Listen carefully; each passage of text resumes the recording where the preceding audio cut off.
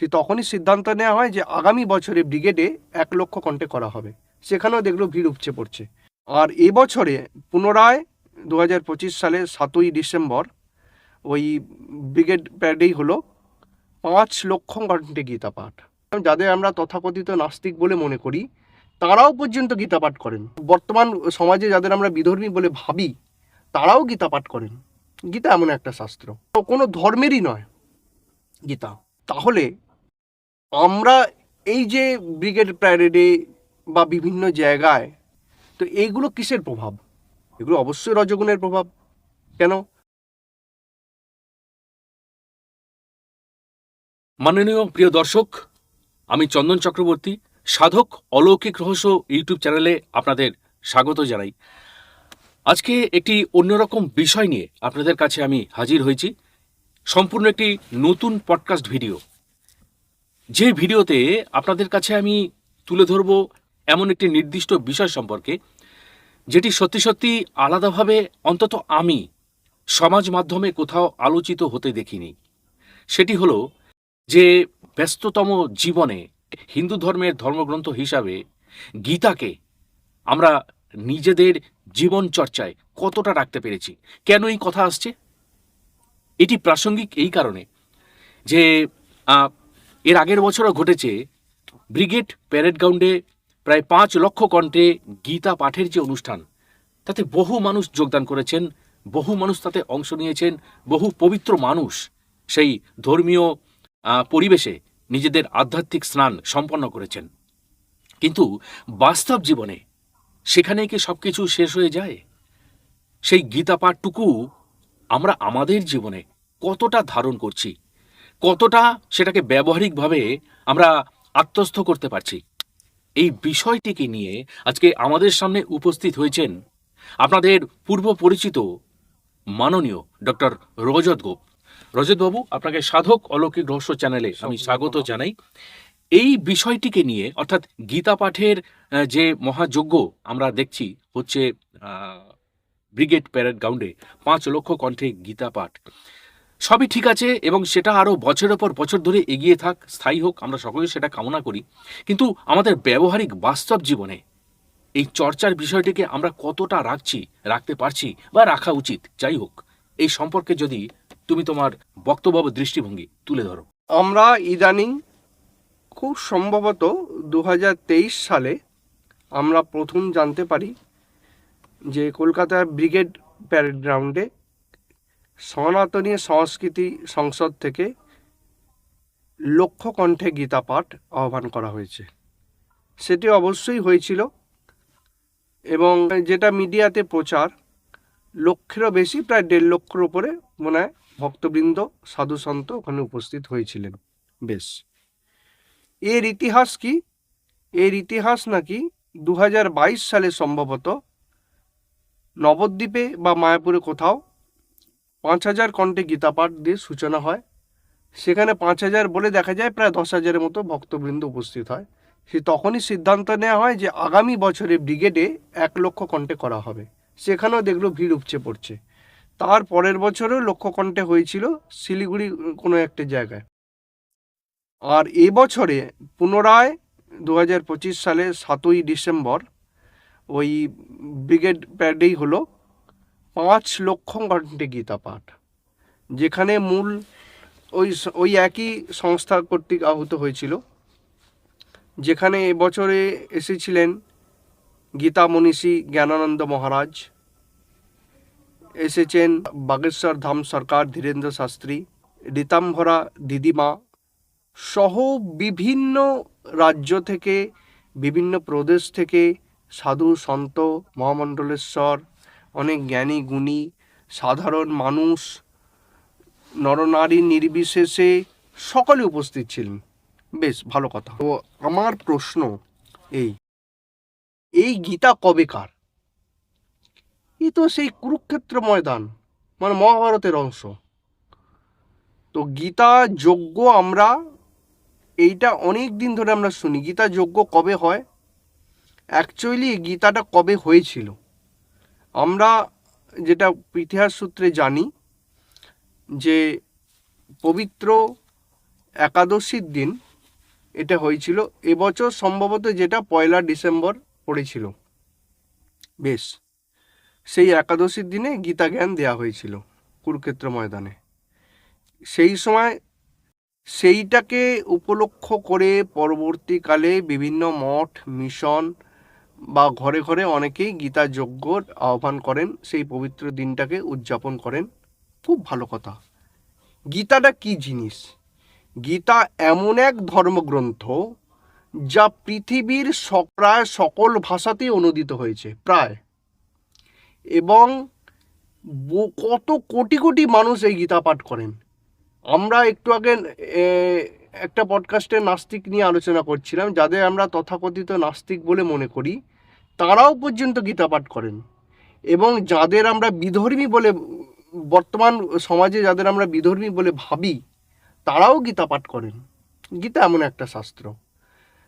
এবং গীতা ম্যানেজমেন্টে পড়ানো হয় যে গীতা কি নয়, গীতা থেকে কি পাওয়া যাবে। জীবনের সমস্ত শিক্ষা, জন্ম থেকে মৃত্যু পর্যন্ত একজনের যা প্রয়োজন গীতাতে সব দেওয়া আছে। গীতা কোনো একটু আগে একটা হিন্দু ধর্মের কথা শোনা গেল, আমি হিন্দু ধর্ম বা অন্য কোনো ধর্মেরই নয় গীতা। গীতা স্বয়ং সম্পূর্ণ সকল সম্প্রদায়ের সকল মানুষের জন্য প্রযোজ্য। চোর ডাকাতও গীতা থেকে কিছু শিক্ষা পায়, আমরা যাদের চোর ডাকাত মনে করি। তো গীতা সর্বযুগের, সর্বকালের, সকলের জন্য। গীতার ওপরে কেউ নেই। আর এই গীতার প্রবক্তা একমাত্র গুরু মুখে এই গীতার প্রকৃত অর্থ জানতে হয়। বেশ, এইবার গীতায় কি শিক্ষা দেওয়া আছে? গীতায় আমাদের এই শিক্ষা দেওয়া আছে, সত্যগুণ, রজগুণ, তমগুণ, এই 3টে গুণের কথা দেওয়া আছে। ভালো কথা। তাহলে সবচেয়ে উত্তম কি জিনিস? সত্যগুণ। তারপরে মধ্যম হলো রজগুণ, তারপরে তমগুণ নিকৃষ্ট। তাহলে আমরা এই যে ব্রিগেড প্যারেডে বা বিভিন্ন জায়গায় যেখানেই অজস্র কণ্ঠে, কোথাও গীতা হয়, কোথাও 500 কণ্ঠে হয়, কোথাও 1000 কণ্ঠে হয়, বিভিন্ন সংস্থা কর্তৃক হচ্ছে ইদানিংকালে দেখছি। তো এইগুলো কিসের প্রভাব? এগুলো অবশ্যই রজগুণের প্রভাব। কেন? বর্ণাঢ্য একটা মঞ্চ থেকে বহু মানুষের টিফিনের ব্যবস্থা করে দিয়ে, বা কোনো সময় দুপুরে প্রসাদের ব্যবস্থা করে দিয়ে, একটা কোনো জায়গায় যজ্ঞ হয়, যজ্ঞানুষ্ঠানের মাধ্যমে সমবেত কণ্ঠে গীতা পাঠ হয়। তো তার জন্য তো অর্থাৎই প্রয়োজন হয়, এমনি তো হয় না।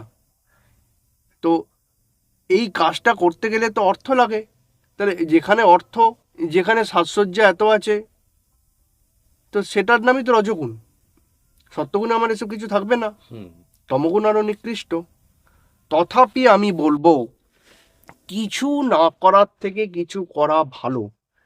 মানুষকে যদি উদ্দীপিত করতে হয়, নিঝুম হয়ে গেছে যদি কোনো প্রাণী, তাকে যদি আমাকে জাগাতে হয়, তাহলে আমাকে সমবেত হতে হবে। তাহলে সমবেত হতে গেলে অবশ্যই কিছু খরচাপাতি দরকার, তার জন্য রজগুণ দরকার। ধরে নিলাম যে এই যে গীতা পাঠের যে মঞ্চগুলো হয়েছে বা আগামী দিনে হবে, এই রজগুণের মাধ্যমে কি শিক্ষা দেয়া আছে? সত্যগুণের শিক্ষা দেয়া হচ্ছে। আগামী দিনে কি হবে? মানুষ সেই সত্যগুণ লাভ করবে। কতদিন ধরে এটা চলবে? আগে কি ছিল? আগে আমাদের ঘরে ঘরে মানুষ গীতা পাঠ করত। কেন করত? কিভাবে করত? গীতাকে শিক্ষা দেয়া হতো, সকলে সংস্কৃত জানতো, সকলে গীতার মর্মার্থ জানতো, এবং বাধ্যতামূলকভাবে সকলের গুরুকরণ করা হয়েছিল। তারা প্রত্যেকেই প্রথম জীবনে আশ্রমিক পরিবেশে গুরুকুলে গিয়ে শিক্ষা লাভ করতেন, যার জন্য তারা গীতা শিখে আসতো। তাই তাদের জন্য আলাদা গীতার যজ্ঞ বা গীতার তৃতীয় কোনো ব্যক্তি এসে গীতা পড়তে হবে, গীতার প্রয়োজনীয়তা কি, এটাকে শেখানোর প্রয়োজন হতো না। এবং সেই গুরুকুলে যে বিদ্যা তারা প্রাপ্ত হতেন, সেইটাই জীবনে তারা প্রতিফলন ঘটাতেন। কিন্তু কালের অবর্তমানে সেই গুরুকুলও আমাদের এখানে অপশ্রিয়মান, সংস্কৃত শিক্ষাও নেই, গীতা শেখানোর আচার্য নেই, আমরা শিখতেও চাই না, যদি থেকেও থাকেন কেউ। তো সব কিছু মিলিয়ে মিশে একটা কিম্ভূত কিমাকার অবস্থা হয়ে গেছে। যার জন্যই নাই সবার আহ্বান। প্রাসঙ্গিক বলেই আহ্বান আর কি। আচ্ছা, এই বিষয়ে আমার কয়েকটা কথা বলার আছে, যদিও এগুলো ব্যতিক্রমী কথা, তাই সত্রীমণ্ডলী, সন্তমণ্ডলী, আমাকে কেউ ভুল বুঝবেন না দয়া করে। আমাকে যদি কিছু ভুল বলেও বলি, তাহলে ক্ষমা করে দেবেন নিজ গুণে। গীতা হিন্দু ধর্মের পবিত্র গ্রন্থ। আচ্ছা, হিন্দু ধর্ম এই কথাটা কি কোথাও বলা আছে? কোনো শাস্ত্রে হিন্দু ধর্ম বলে কোথাও আছে? নেই। বেদ, বেদান্ত, উপনিষদে কোথাও হিন্দু শব্দটাই নেই। আমরা জানি সিন্ধু নদীর তীরে যারা বাস করত, সিন্ধু সিন্ধু করতে করতে হিন্দু শব্দের উৎপত্তি। তাহলে হিন্দু কোনো ধর্ম নয়। ধর্মটা কি? সনাতন ধর্ম। ওই যে কারা করেছে এবারে গীতা, বা কারা করছেন কয়েক বছর ধরে? সনাতন সংস্কৃতি সংসদ। গীতা কি বলছে? সনাতন মতৌমি। সেই সনাতন ধর্মের কথা বলছে। সনাতন মানে কি? হিন্দু, মুসলিম, খ্রিস্টান, বৌদ্ধ, জৈন সকল সম্প্রদায়, নর নারী, গাছ পাথর, পৃথিবী, আকাশ বাতাস, পবিত্র অপবিত্র সব নিয়ে সনাতন। কারণ সনাতন মানে যে ইটার্নাল, যে সবাইকার মধ্যে যেটা আছে অস্তিত্ব, শাশ্বত। শাশ্বত। তাহলে এখানে হিন্দু বলে কিছু নেই। তাহলে গীতা কি হিন্দু ধর্মের গীতা? না। হিন্দু ধর্ম কোথায়? ধর্ম বলে হিন্দু কোথায়? আমার গুরুদেবের ভার্সন সেটা হলো, যদি একটা কোনো খ্রিস্টান আর হিন্দু কিংবা মুসলিম আর খ্রিস্টানের মধ্যে মারপিট লেগেছে, সেইটা কোর্টে উঠেছে, কোর্টে ওঠার পর জজ সাহেব রায়তে লিখছেন কমিউনাল রায়ট, সেখানে রিলিজিয়াস রায়ট তো লেখা হয় না। তাহলে আইন যেটাকে বলছে কমিউনিটি মানে সম্প্রদায়, সেটাকে আমরা কেন ধর্ম বলে চাপিয়ে দেবো? তাহলে হিন্দু সম্প্রদায়, ঠিক। মুসলমান সম্প্রদায়, খ্রিস্টান সম্প্রদায়, হিন্দু ধর্মের পবিত্র গ্রন্থ গীতা নয়, হিন্দু সম্প্রদায়ের পবিত্র গ্রন্থ গীতা। আবার আরেকটু ভালোভাবে ভাবলে সকল সম্প্রদায়ের পবিত্র গ্রন্থ গীতা, যা আজকাল বর্তমানে দেখছি যে সকলে গীতার উপরে দর্শনে বিশ্বাসী। আচ্ছা, গীতায় কোনো জায়গায় শ্রীকৃষ্ণ উবাচ আছে? নেই। শ্রীকৃষ্ণ তো বক্তব্য রেখেছেন, কিন্তু কোনো জায়গাতে বলেন, বলেছেন শ্রী ভগবান উবাচ। শ্রীকৃষ্ণ কে? ওই মথুরায় জন্মেছিলেন, কুরুক্ষেত্রের মাথায় যিনি জ্ঞান দিয়েছিলেন তিনি শ্রীকৃষ্ণ। ভগবানকে? শ্রীকৃষ্ণ তো অবশ্যই ভগবান, এতে কোনো ভুল নেই, কিন্তু ভগবান মানে শুধু শ্রীকৃষ্ণই নন। ভগবান সে ঈশ্বর, সে পরমেশ্বর, সে পরম ব্রহ্ম। তাহলে ওই গীতার যে জ্ঞান দেয়া আছে সেটা ব্রহ্মের জ্ঞান দেওয়া আছে। আচ্ছা, গীতাকে কারা শিক্ষা করতে পারে? গীতায় কি মূল শিক্ষা কি দেয়া আছে? আমরা অজস্র ব্যাখ্যা পড়েছি বা পড়ছি বা পড়বো আগামী দিনে। তার মধ্যে উল্লেখযোগ্য হলো শ্রীধর স্বামীর ব্যাখ্যা, শঙ্করাচার্যের ব্যাখ্যা, তারপরে রামানুচার্যের ব্যাখ্যা, কাঠিয়া বাবার ব্যাখ্যা, শ্রী অরবিন্দের ব্যাখ্যা আছে, মহাত্মা গান্ধীর ব্যাখ্যা আছে, বাল গঙ্গাধর তিলকের ব্যাখ্যা আছে, বিনোবা ভাবের ব্যাখ্যা আছে, আরও অজস্র ব্যাখ্যা আছে গীতা। আগামী দিনে আরও ব্যাখ্যা হবে। বিভিন্ন মানুষ, বিভিন্ন দার্শনিক, বিভিন্ন বৈজ্ঞানিক বিভিন্নভাবে সেটাকে চিন্তাভাবনা করে সেটাকে লিখছেন তার মতো করে। বেশ, কিন্তু মূল দর্শন কোথায় দেয়া আছে গীতায়? প্রতিটা অধ্যায়ের শেষে দেয়া আছে ইতি ব্রহ্মবিদ্যায়াং যোগশাস্ত্রে শ্রীকৃষ্ণার্জুন সংবাদে অমুক অমুক যোগ নামক অমুক অধ্যায় সমাপ্ত। ইতি ব্রহ্মবিদ্যায়া মানে এই যে গীতার যে বিদ্যা, এটা হলো ব্রহ্মবিদ্যা। যোগশাস্ত্রে সেটা আমি কোথায় পাবো? এই ব্রহ্মবিদ্যাকে কিভাবে লাভ করব? যোগশাস্ত্র অবলম্বন করতে, যোগশাস্ত্র অবলম্বন করতে হবে। তাই তো বলছেন ভগবান, তস্মাদ যোগী ভবার্জুন, হে অর্জুন তুমি যোগী হও। তুমি যোগী হলে তুমি সম্পূর্ণ আমাকে পাবে। এছাড়া নান্য পন্থা বিদ্যতে অয়নায়, এছাড়া দ্বিতীয় কোনো পন্থা নেই। তাহলে যোগী হতে হবে। তস্মাদ যোগী ভবার্জুন ইতি ব্রহ্মবিদ্যায়াং যোগশাস্ত্রে শ্রীকৃষ্ণার্জুন সংবাদে অমুক অমুক যোগ নামক অমুক অমুক যোগ, যতটাগুলো আছে ততটার সঙ্গে একটা করে যোগ দেওয়া আছে। 18টা অধ্যায়, 18টা যোগ। গীতার এক জায়গায় দেওয়া আছে স্বধর্মে নিধনং শ্রেয় পরধর্ম ভয়াবহ। 3য় অধ্যায় আছে সম্ভবত, আর মনে হয় এটা অষ্টাদশ অধ্যায়তেও আছে, যাই হোক আমাকে খেয়াল পড়ছে না, এরকম হবে কিছু। স্বধর্মে নিধনং শ্রেয় পরধর্ম ভয়াবহ। মানে আমরা যেটা ব্যাখ্যা করে থাকি সাধারণ লোকে, নিজের ধর্ম মানে হিন্দু ধর্ম ধরে নিলাম আমরা, যেটা তথাকথিত বা হিন্দু হিন্দু ধর্ম। সম্প্রদায়। আমরা আমরা এখন তো হিন্দু ধর্ম বলে থাকি হুম। যে কোনো উদ্দেশ্যেই, যে হিন্দু ধর্মে থাকো, মুসলিম বা জৈন বা খ্রিস্টান এসব ধর্মে যাবে না, স্বধর্মে নিধন শ্রেয়। নিজের ধর্মেও যদি মৃত্যুবরণ করো তাহলেও শ্রেয়, ভালো, কিন্তু পরধর্মে খবরদার যেও না, তাহলে কিন্তু ভয়াবহ, তোমার তাহলে মুক্তি হবে না, এরকম তো একটা ব্যাপার আছে। হুম। আমার প্রশ্ন হলো, যখন গীতা রচিত হয়েছিল, মানে আলোচিত হয়েছিল কুরুক্ষেত্র ময়দানে, রচিত তো অনেক পরে, লেখ্যরূপে অনেক পরে পাওয়া গেছে, যখন গীতা হয়েছিল মহাভারতে, তখন কি ধর্ম অনেকগুলো ছিল? না, তা তো নয়। যে মুসলমানদের কবে আবির্ভাব? হজরত মোহাম্মদের কাছ থেকে। খ্রিস্টানের কবে আবির্ভাব? যীশু খ্রিস্টের থেকে। ইহুদিদের কবে আবির্ভাব? অনেক পরে। তখন কোথায়? জৈনরা কারা? জৈনরা আমার হিন্দু সম্প্রদায় থেকে একটা উৎপন্ন হওয়া। বৌদ্ধ কারা? বৌদ্ধ নিজে, ভগবান বুদ্ধ নিজে ছিলেন, হিন্দু ছিলেন, হিন্দু সম্প্রদায়ভুক্ত। তা সব তো এখান থেকে বেরিয়েছে। তাহলে উনি পরধর্ম বলতে কোনটা বোঝাচ্ছেন? তাহলে এই স্বধর্ম কোথায়, পরধর্ম কোথায়? বেশ, এটা তো খুব দারুণ জায়গা। তাহলে স্বধর্ম কোথায়, পরধর্ম কোথায়? তখন তো ধর্মই নেই, ধর্ম তো একটাই। ঠিক। কোথায় তখন জবন? কোথায় কোথায় মুসলিম? কোথায় হিন্দু, খ্রিস্টান? কোথায় হিন্দু? কেউ কেউ নেই। তাহলে কোথায় স্বধর্ম, কোথায় পরধর্ম? স্বধর্ম মানে আত্মধর্ম, আত্মধর্ম। পরধর্ম মানে ইন্দ্রিয় ধর্ম। যে ইন্দ্রিয় ধর্মের বসে, দুর্যোধন বলছে সূচ্যাগ্র জমিও আমি দেব না বিনা যুদ্ধে, যে ইন্দ্রিয় ধর্মের বসে, তখনকার দিনে হিরণ্যকশিপু রাজত্ব করেছে, যে ইন্দ্রিয় ধর্মের বসে দ্রৌপদী হরণ হয়েছিল, যে ইন্দ্রিয় ধর্মের বসে, যেখানে অর্জুন বলছেন, সবচেয়ে ভাইটাল পয়েন্ট যেটা, অর্জুন বলছেন যে এরা আমার আত্মীয়, এরা আমার পরিচিত, আমি এদের মারতে পারি না, সেটাও তো ইন্দ্রিয় ধর্ম। আবেগ, আবেগ, সেটা তো ইন্দ্রিয় ধর্ম। হে অর্জুন, তুমি মারো, তুমি মারো আর নাই মারো, আমি তো ওদের মেরেই রেখেছি, তুমি নিমিত্ত মাত্র ভবসব্যসা আছেন। যেখানে তখন ভগবানের কথাও শুনতে চাইছে না প্রথমের দিকে। কাজেই কি হলো? তাহলে স্বধর্ম মানে আত্মধর্ম, আচ্ছা, আর পরধর্ম মানে আত্মবিহিত ধর্ম, ইন্দ্রিয় ধর্ম, যেটা আত্মধর্মের, রিপু দ্বারা পরিচালিত ধর্ম, যেটা অভ্যাস। এই আত্মধর্ম কি? আর একটা কি গীতাতে আছে?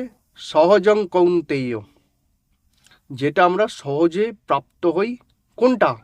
এই যোগ সাধন আমরা সহজেই প্রাপ্ত হয়েছি, জন্মসূত্রে প্রাপ্ত হয়েছি, সেইটা। তাহলে কোনো ধর্ম তখন ছিল না, আমরা এটা বিভাজন করেছি, চলবে না বিভাজন, সকলের জন্য উন্মুক্ত, কোনো বিভাজন নেই। এই যে আমি একটু আগে অনেক মহাপুরুষের নাম বললাম, যারা যারা বিখ্যাত ব্যাখ্যা করেছেন, যারা বিশ্লেষণ করেছেন, তার মধ্যে একটি নাম আমি করিনি বা অনেকেই করেন না। তিনি হলেন যোগীরাজ শ্রী শ্যামাচরণ লাহিড়ী মশাই। তিনিও কিন্তু গীতার ব্যাখ্যা লিখে গেছেন যোগ ও শাস্ত্র মতে। আচ্ছা, আমি ধরে নিলাম তিনি যোগী ছিলেন বলে খালি যোগ যোগ করতেন, কিন্তু আমি তার কথা ছেড়েই দিলাম, তাহলে প্রতিটি অধ্যায়ের শেষে তো তিনি লেখেননি গীতা। গীতা তো সে অতীতে লেখা হয়েছিল মহাভারতকালে, তাহলে প্রতিটা অধ্যায়ের শেষে এটা লেখা আছে কেন? ইতি ব্রহ্মবিদ্যায়াং যোগ শাস্ত্রে, সেটা তো তার লেখা নয়। তিনি প্রকৃত অর্থটা ব্যাখ্যাটা করে দিয়ে গেলেন, এটা তো তাঁর উপলব্ধিজাত তথ্য। আজকে আমরা ভূপেন্দ্রনাথ সান্যাল মহাশয়ের নাম জানি, যোগাচার্য ভূপেন্দ্রনাথ সান্যাল মহাশয় লাহিড়ী বাবার শিষ্য। আমরা যুক্তেশ্বর গিরিজি জানি, যোগানন্দজি জানি, অনেকের কথা জানি, সুরধনী গীতা জানি এই সূত্রে। তো এই তো সবই ওই লাহিড়ী বাবা যে ব্যাখ্যাটা করেছিলেন, সেই সাধনায়, সেই দর্শনে ভিত্তি করে আরও নিজেদের কিছুটা প্রকাশ উন্মুক্ত করেছেন। তাহলে স্বধর্ম বলে কিছু নেই, পরধর্ম বলে কিছু নেই। গীতা হিন্দুদের নয়। হিন্দু মানে ব্যাপক, হিন্দু মানে কি? হিন্দু মানে সনাতন, তাহলে সনাতনীদের। তাই তো ওই সংস্থার নাম সনাতনী সংস্কৃতি ওই সংসদ। মানে কিন্তু ব্যবহারিক দিক থেকে প্রচার করা হয় যে এটা হিন্দু সম্প্রদায়ের। হতে পারে কেউ না কেউ একজন তো করেন। আমার একটা জিনিস খুব আক্ষেপের বিষয়, যেটা এবছরে ওখানে একটা স্লোগান দেয়া হয়েছিল যে কৃষ্ণ কৃষ্ণ হরে হরে গীতা পাঠ ঘরে ঘরে। খুব ভালো প্রস্তাব, খুব ভালো স্লোগান, অবশ্যই নমস্য কথা, অবশ্যই খুব ভালো কথা। তো এইটা কবে হতো না? আমি তো বললাম ঘরে ঘরে গীতার প্রচলন ছিল এককালে, এখন নেই অবক্ষয়ের যুগে। সেই জন্য আমাদের রজগুণের ব্যবস্থাও সম্পন্ন হয়ে সেই সত্যগুণী উদয় হওয়ার জন্য এই ব্যবস্থা, অবশ্যই ভালো কথা। কিন্তু আমার সত্রীমণ্ডলীর কাছে, সন্ত মণ্ডলীর কাছে একটা নিবেদন আছে, আমার একটা আর্জি আছে। যদি কিছু মনে না করেন দয়া করে, তাহলে আমাকে যদি এর ব্যবস্থা করে দেন বা উত্তর দেন, আশা করি সকলেই উপকৃত হবেন। সেটা হলো কৃষ্ণ কৃষ্ণ হরে হরে গীতা পাঠ ঘরে ঘরে। বছরে কি ওই একদিন ওই ব্রিগেড প্যারেডে অথবা কোনো নির্দিষ্ট মন্দিরে ওই গীতা পাঠ হবে 3 অধ্যায় বা 4 অধ্যায় বা সম্পূর্ণ 18 অধ্যায় পাঠ হবে, কেউ পড়তে পারুক আর না পারুক, তিনি ওই গীতা বইটা নিয়ে বসবেন, ফ্রিতে গীতাটা পান, তার সঙ্গে প্রসাদ পান, সেই নিয়ে বসে যাবেন, আবেগে বসে, বা যিনি পড়তে পারেন ভালো, যিনি না পারেন ভালো, গিয়ে ওখানে জমায়েত করলেন। তাহলে কি ঘরে ঘরে গীতা পাঠ হলো? সারা বছর আমি আর গীতা পড়বো না? তাহলে আমাকে এমন একটা ব্যবস্থা করতে হবে, আমাকে সেই অতীতে ফিরে যেতে হবে যেখানে গুরুগৃহ ছিল, যেখানে আমাদের গুরুর আশ্রম ছিল, সেই জায়গায় আমাদের ফেরত যেতে হবে। যেখানে গুরুকুল ছিল, গুরুকুল, সেইখানে ফেরত যেতে হবে, যেখানে আমাদের এই শিক্ষাটা দেওয়া হবে। তাই আমি এই সন্তদের, মহান সন্তদের কাছে এই ভার তুলে দিলাম, এই সত্রীমণ্ডলীর কাছে এই ভার তুলে দিলাম যে ঘরে ঘরে কিভাবে সারা বছর এই গীতা পাঠ করা যায়, তার ব্যবস্থা নিশ্চয়ই তারা নিতে পারেন।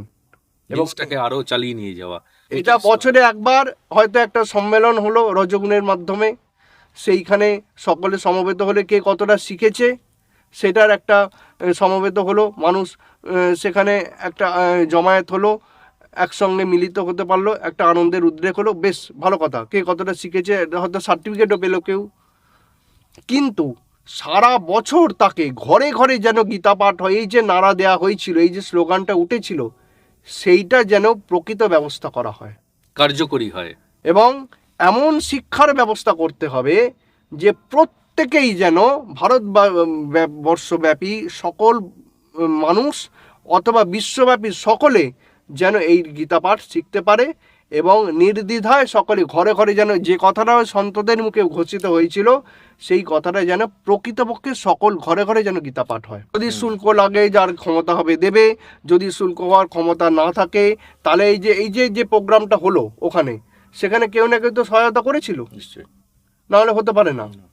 তো সেরকম যদি কেউ তাদের শুল্কের ব্যবস্থা করেন কয়েকজনের, যারা নিতান্ত অপারগ, যেভাবেই হোক ঘরে ঘরে গীতা জ্ঞান যেন প্রচারিত হয়, তবেই বাংলার মাটিতে সোনা ফলবে, পৃথিবীর মাটিতে সোনা ফলবে, ভারতবর্ষ প্রকৃত গীতাপ্রেমী হয়ে উঠবে। এই যে আগে সন্তকে দেখলে মানুষ প্রণাম করত, প্রকৃষ্ট রূপে নাম, কেন? এনার মধ্যে কিছু জ্ঞান আছে, ইনি সাক্ষাৎ ভগবানের অবতার, ইনি পরম ঈশ্বরের অংশ, ইনি একজন গুরু, ইনি একজন আচার্য। আজকে তো সেই শ্রদ্ধা চলে গেছে, আমরা হারিয়ে ফেলেছি। কেন? গীতা জ্ঞানের অভাব। লাহিড়ী বাবা বলছেন যে শ্রী ভগবান বাচ, এটাকে তিনি ব্যাখ্যা করছেন কুটস্থ দ্বারা অনুভূত হচ্ছে। তার মতে এই যে গীতা, ওই 18 দিন ধরে যে যুদ্ধ হয়েছিল, 18 দিন তো বটেই, ওখানে যে যুদ্ধ হয়েছিল, আমাদের 18 বছর ধরে এই যুদ্ধ, প্রবৃত্তি পক্ষ নিবৃত্তি পক্ষে যে যুদ্ধ দেহাভ্যন্তরে চলছে, এই সমস্তটা দেহাভ্যন্তরে আছে। গীতা শুরু কোথা থেকে?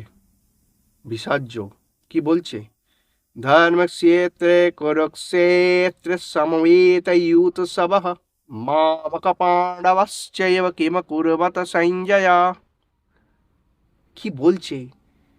ধর্মক্ষেত্র কুরুক্ষেত্র, কুরুক্ষেত্র মানে যেখানে, যে ময়দানে যুদ্ধ হচ্ছে, যুযুৎসব, কৌরব পাণ্ডব দুই পক্ষ আছে, যুযুধান, সেই ক্ষেত্রটা কি ধর্মক্ষেত্র। কিন্তু তাহলে ওটা কি যুদ্ধ হচ্ছে? ধর্মযুদ্ধ হচ্ছে। বেশ, ওখানে উল্লেখ করা আছে। এবং সে ক্ষেত্রের সন্ধান কোথায় পাবো? কেউ বলছে হরিয়ানা, কেউ বলছে দিল্লি।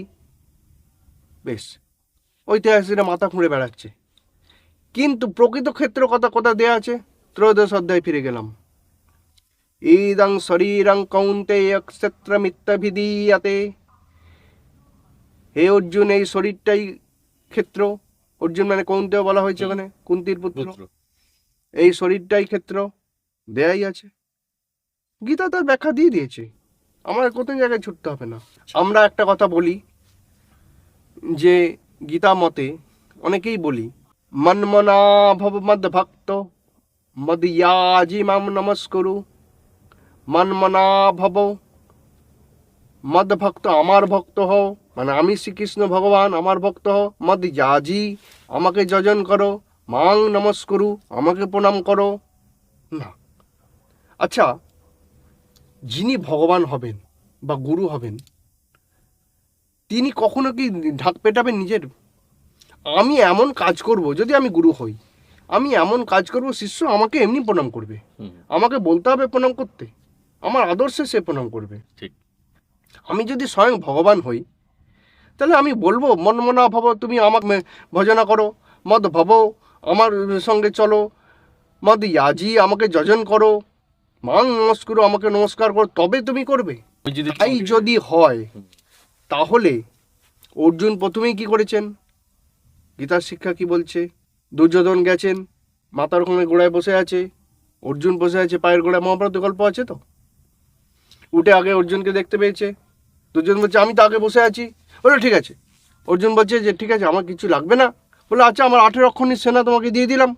দিয়ে দিল নারায়ণী সেনা, দুর্যোধনের পক্ষে চলে গেল। দুর্যোধন বললো আরে বিশাল ব্যাপার তো। অর্জুন বললো আমার কিছু লাগবে না প্রভু, তুমি চলো। ঠিক আছে, শুধু তোমাকেই চাই। তাহলে আগে শরণাগতি, গীতার শিক্ষা। আর কি বলছে? তুমি ওই রথের ডগাটায় গিয়ে বসো সারথি রূপে, আমি পেছনে আছি, তীর চালাবো। তুমি যা বলবে আমি করবো, তুমি যেদিকে রথ নিয়ে যাবে আমি যাব। তাহলে শরণাগতি, সমর্পণ, তাই তো? তাহলে আগেই তো অর্জুন সমর্পণ করে দিয়েছে, শরণাগতি হয়ে গেছে। তাহলে তাকে বলবে যে তুমি আমাকে প্রণাম করো? না। বলতে লাগবে না, লাগবে না। তাহলে তাহলে এখানে কি বলতে চাইছে? মনমনা ভব, মন, নিজের মন মনেতে লয় করে দাও, এমন সাধনা করো যে এই যে ইন্দ্রিয় ধর্ম, এই যে পরধর্ম, এই যে বাহ্য ধর্ম, তার মধ্যে যে এই যে চঞ্চলতা, তার মধ্যে থেকে মনকে উঠিয়ে নিয়ে নিজের মধ্যে প্রবেশ করাও, স্থিরত্বে নিয়ে যাও। মদ ভাব মদ ইয়াজি মাং নমস্কুরু, তুমি নিজের যোজনা করো, তুমি নিজেই নিজেকে প্রণাম করবে। এই শিক্ষা তো গীতার শিক্ষা। তাহলে কি করতে হবে আমাদের? কৃষ্ণ কৃষ্ণ হরে হরে, গীতা পাঠ ঘরে ঘরে।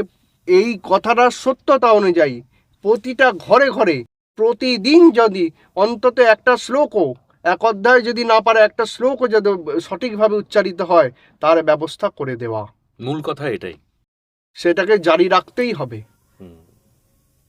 তবে আগামী বছরে, যদি এবছরে 5 লক্ষ হয়, আগামী বছর উৎসবে 10 লক্ষ হবে, বিশ্বব্যাপী হবে। আর আরও পরে তখন মঞ্চই করার দরকার পড়বে না, ঘরে ঘরে গীতা পাঠ হবে। দরকারই পড়বে না, যে স্লোগান ওনারা দিয়েছেন, অবশ্যই আলাদা কোনো যেটা ওনারা চাইছেন বা যেটা আমরা সবাই চাইছি, সেটা সত্যতা তবে পরিচিত হবে। আজকে এই বিষয়টা নিয়ে আমরা আলোচনা করলাম, গীতা পাঠের প্রাসঙ্গিকতা এবং ব্রিগেডে যে 5 লক্ষ কণ্ঠে গীতা পাঠ, তৎপরবর্তীকালে যে চিন্তাভাবনাগুলো শুধুই সমাজে এসছে, যে প্রস্তাব রজত গোপ রাখলেন, আশা করি সঠিক জায়গায় সঠিক স্থানে উপযুক্ত ব্যক্তি সেই বিষয়ে তাঁর সুদৃষ্টি দেবেন, চিন্তাভাবনা করবেন, বিচার বিবেচনা করবেন। সাধক অলৌকিক রহস্য ইউটিউব চ্যানেলের পক্ষ থেকে এই সামান্য প্রচেষ্টা রইল। আমি অবশ্যই রজত গোপকে অজস্র ধন্যবাদ, আপনাদের প্রতি অনেক কৃতজ্ঞতা জানিয়ে আজকের মতো এই পর্বটি শেষ করলাম। প্রণাম, সকলকে অসংখ্য কৃতজ্ঞতা জানাই পডকাস্টটা শোনার জন্য। সকলকে পুনরায় বলি, আপনারা আমার যে 471, 472, 473 যদি কেউ না শুনে থাকেন, দয়া করে একবার শুনবেন। আর যারা বারবার শুনতে চান তারা শুনবেন, এবং যে যে বইগুলো ওখানে দেওয়া আছে সেগুলো পারলে একটু সংগ্রহ করে নেবেন, কেন তাতে আপনাদেরই মঙ্গল হবে। ঈশ্বরের কথা দেওয়া আছে, सर्वे भवन्तः सुखिनः सर्वे सन्तु निरामयाः सर्वे भद्राणि पश्यन्तु मा कश्चित् दुःखभाग् भवेत् ॐ शान्तिः शान्तिः शान्तिः। এই প্রসঙ্গে যারা রজত গোপের সাথে ব্যক্তিগত স্তরে যোগাযোগ করতে চান তারা অবশ্যই ওনার বলা এই 3টি এপিসোড দেখবেন। এই 3টি পর্বেই উনি কিন্তু ওনার হোয়াটসঅ্যাপ নাম্বার আপনাদের সামনে উল্লেখ করেছিলেন। তাই অযথা ওনার নম্বর চেয়ে কমেন্ট না করাই ভালো, বা আমাকে ব্যক্তিগতভাবে হোয়াটসঅ্যাপ না করাই ভালো। অর্থাৎ 471, 472 এবং 473 নম্বর পর্বে রজত গোপ ওনার হোয়াটসঅ্যাপ নাম্বার কিন্তু ঘোষণা করেছিলেন। এটা একটু আপনাদের স্মরণ করিয়ে দিলাম।